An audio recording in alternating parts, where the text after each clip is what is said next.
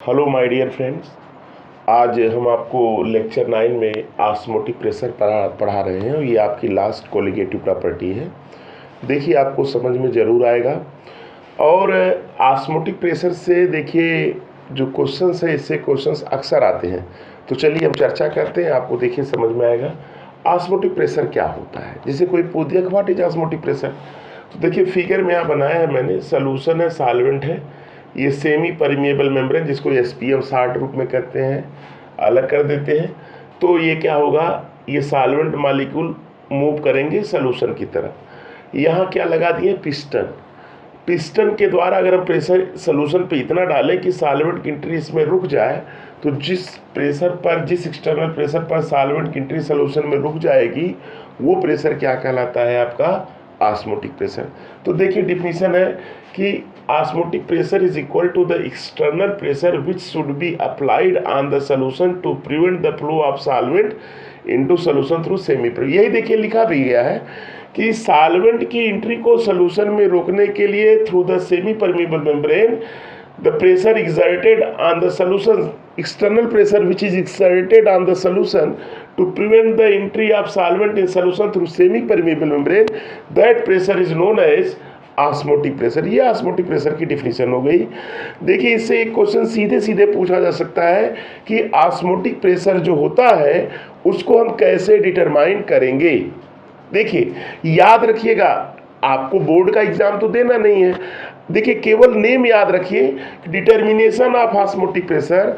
Osmotic pressure जो होता है उसका हम डिटर्मिनेशन करते किसके द्वारा है, इस मेथड से, बर्कले एंड हार्टली मेथड। ये याद रखिएगा, इस मेथड से ये आपके ऑब्जेक्टिव क्वेश्चन में सीधे सीधे पूछा जा सकता है कि कौन से मेथड से हम ऑस्मोटिक प्रेशर डिटरमाइन करते हैं। वो आपका क्या है, बर्कले हार्टली मेथड है।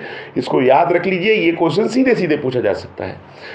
अब PGT में पूछा भी गया होगा, नहीं पूछा गया होगा तो पूछा जा सकता है।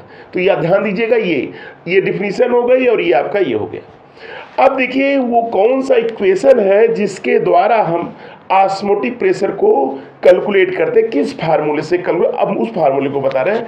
तो उसको निकालने के लिए दो लॉज हैं, एक है बायल-वान-टॉफ लॉ और एक है गैलुसैक-वान-टॉफ लॉ। याद रखिएगा, आप केवल ये याद रखिएगा PCT, ये याद रखिएगा। P क्या है, प्रेशर है, ये प्रेशर यहाँ का मतलब ऑस्मोटिक प्रेशर है। C क्या है, आपका कंसंट्रेशन है। और T क्या है, आपका टेम्परेचर। याद रखिएगा, ये याद रखिएगा PCT, ये दिमाग में बैठा लीजिएगा कि PCT।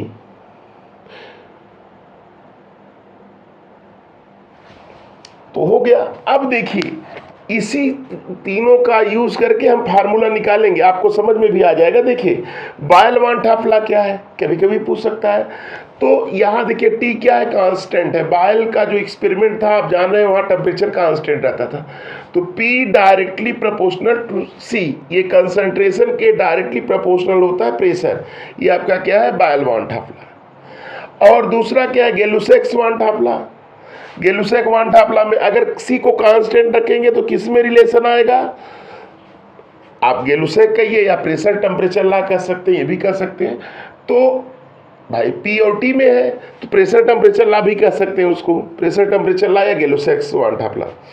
तो देखिए अगर C को कांस्टेंट रखेंगे तो P directly proportional to T temperature. ये हो गया आपका, ये तो आपको समझ में आ गया होगा कि at constant temperature osmotic pressure directly proportional to concentration, at constant concentration osmotic pressure directly proportional to temperature. तो ये आपका क्या है, ये आपके दो लॉ हैं। अब इन्हीं दोनों लॉ को अगर मिला दीजिए तो आपको इक्वेशन आ जाएगा, और उसी इक्वेशन से ही हम कैलकुलेट करते हैं ऑस्मोटिक प्रेशर को। तो देखिए ये फर्स्ट है और ये आपका क्या, सेकेंड है। तो अगर कंबाइनिंग दीज टू लॉ, यानी फर्स्ट को सेकेंड से कंबाइन कर दीजिए, फर्स्ट और सेकेंड लॉ को कंबाइन, इन दोनों लॉ को अगर कंबाइन कर देते हैं तो आपको क्या आ जाएगा, इक्वेशन आ जाएगा। तो क्या आएगा, P directly proportional to CT। अब देखिए ये आपका दोनों को मिला दिया तो CT आ जाएगा। अब इसको हटाएंगे तो P इज इक्वल टू क्या होगा, SCT। ये होता है, ये आपका S क्या है, कांस्टेंट है, जिसको कि हम सॉल्यूशन कांस्टेंट करते हैं। याद रखिएगा, कहीं कहीं ये दिया है P is equal to RCT भी कर सकते हैं, है ना, दोनों सेम है। आर और सी क्या है, कांस्टेंट है, ये है ना। तो ये दोनों फार्मूले हैं, इसी से हम निकालते हैं। यहाँ एस क्या है, सोल्यूशन कांस्टेंट है।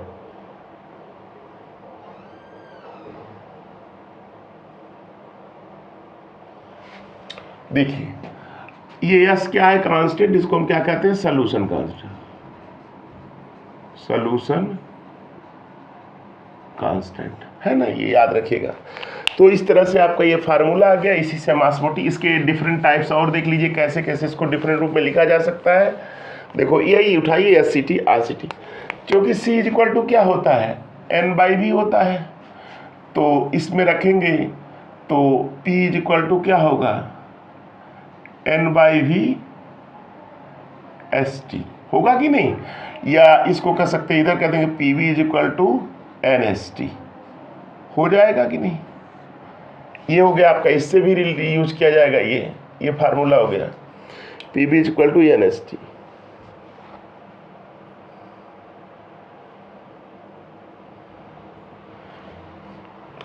अब ये देखिए एन इज इक्वल टू क्या होता है, डब्ल्यू बाई एम होता है।